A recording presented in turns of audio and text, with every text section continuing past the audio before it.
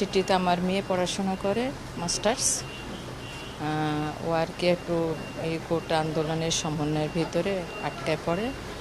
খবর পাওয়ার পরে আমি এখানে আসার পরে আমি স্বস্তি পেয়েছি। ইনশাল্লাহ আমার মেয়ে যথেষ্ট ভালো আছে, আপ্যায়ন পেয়েছে, তার সাথে সাথে আমিও আপ্যায়ন পেয়েছি।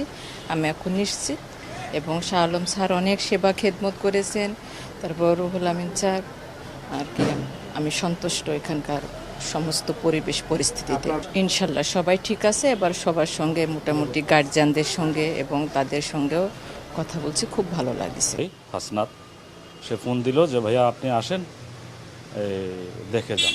আমি আসছি, কথা বলছি, আমি যে অনেক কিছু জিজ্ঞাসা করছি, বললো যে সব কিছু পজিটিভ, কোনো ধরনের কোনো এদের সাথে রাফ বিহেভ করা হয় নাই। যথেষ্ট পরিমাণে এরা স্যার হারুন স্যার এদের কাছে হারুন স্যার ব্যাপারে অনেক পজিটিভ বলছে, কোনো সমস্যা এদের হয় নাই বা করে নাই। না না না এরকম না। এরা আমি জিজ্ঞাসা করছি, সেইটাও জিজ্ঞাসা করছি, এরা যা চাইছে তা পাইছে। এখন আর এদের নেক্সটে আর কোনো ধরনের এরা চিন্তা ভাবনা নাই। এখানেই সমাপ্ত করছে। না ভালো আছে, ভালো আছে, যথেষ্ট ভালো আছে। ওরা সুষ্ঠু স্বাভাবিক আছে, ওদের তেমন কোনো ই করা হয়নি। ওরা ভালো, আমি দেখলাম ভালো, তুরন্ত ভালোই আছে। নিশ্চিত কিছু না, আছে ভালো আছে, যা দেখলাম ভালো। হঠাৎ করে তো এক জায়গায় আসলে তো আইনের একটা ধারা থাকে, আইনের গতিতে তো ওদেরকে দেখাবে। হঠাৎ করে একজন আসলে হঠাৎ করে তো একটা দেখার রুল নেই। ওরা আইনের গতিতে ওনারা দেখাচ্ছে, উনি ভালো আছে, ওনারা সব ভালো আছে। জি জি, দেখা পাইছি আজকে, গতকালও দেখা করতে পারছি, তো আলহামদুলিল্লাহ ভালোই আছে। আমরা একটু এখন কম, আমাদের এখন টেনশনটা। তো ঢাকা বিশ্ববিদ্যালয়ের ছাত্র ছিলাম, তাই না? এই 6 সমন্বয়ক যারা, আমরা আপনাদেরকে আগেও বলেছি, তারা সিকিউরিটির স্বার্থে আমরা তাদেরকে এনেছি এবং তারা আমাদের সাথে আছে। আপনারা জানেন এই সমন্বয়কারীকে ঘিরে অনেক গুজব চলছে এবং আমরাও তাদের পরিবারের সাথে কথা বলেছিলাম।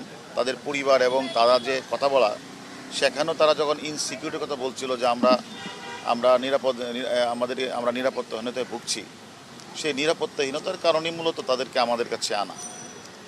এবং আপনারা জানেন তারা এখনও পর্যন্ত সুস্থ আছে। আমি আপনাদের গতকালও বলছিলাম যে তার পরিবারের কাছে আপনারা মেসেজটা দেওয়ার জন্য যে তারা আমাদের কাছে ভালো আছে, সুস্থ আছে। এবং তার ধারাবাহিকতা তাদের পরিবারে কিন্তু গতকাল রাতেও এসেছে, আজকেও কিন্তু তার পরিবারের লোকজন তাদের সাথে কথা বলেছে এবং তার পরিবারের লোকজন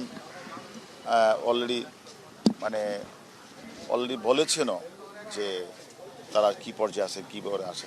আমি মনে করি যে আসলে রাষ্ট্রের, আমরা একজন পুলিশ সদস্য কর্মরত হিসেবে আমরা মনে করি কোনো ব্যক্তি কেউ যদি আসলে ইনসিকিউর ফিল করে আমাদের কাছে সে বিষয়টা আসে, তা আমাদের দায়িত্বের মধ্যেই পড়ে তাদেরকে বিষয়টা দেখভাল করা। আমরা সেই হিসেবে তাদের সিকিউরিটির পারপাসটার কারণেই আমরা মূলত তাদেরকে আমরা দেখভাল করছি এবং তারা অলরেডি কিন্তু তারা একটা বিবৃতিও তারা প্রদান করেছে যে তারা যে এই কোটাবিরোধী আন্দোলনকে তারা এখান থেকে তারা এটাকে ঘোষণা করেছে যে তারা আর নাই, এই আন্দোলনে তারা নাই।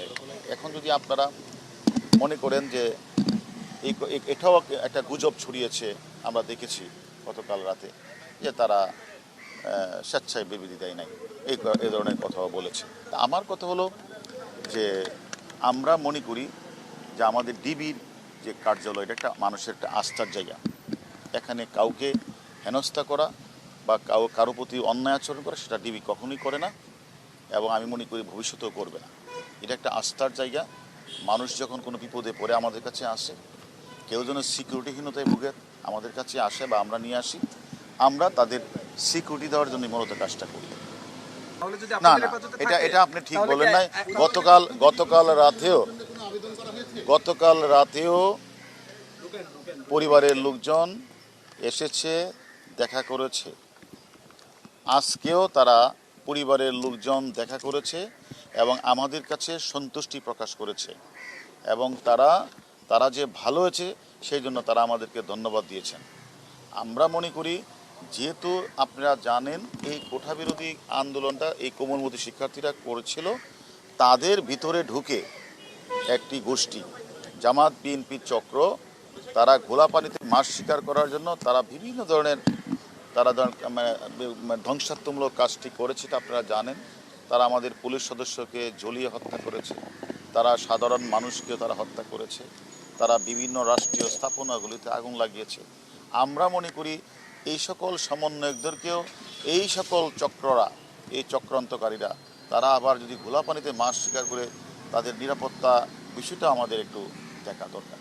এটা আসলে এই যে যারা গুজবটি ছড়িয়েছেন তাদের উদ্দেশ্যে আমি বিনীত অনুরোধ করব যে গুজব ছড়াবেন না। ডিবি একটি আস্থার জায়গা, সেখানে কাউকে জোর করে সেখানে রাখা হয় না, কারো উপরই কোনো অন্যায় অত্যাচার করা হয় না, জোর করে কোনো বিবৃতি নেওয়া হয় না।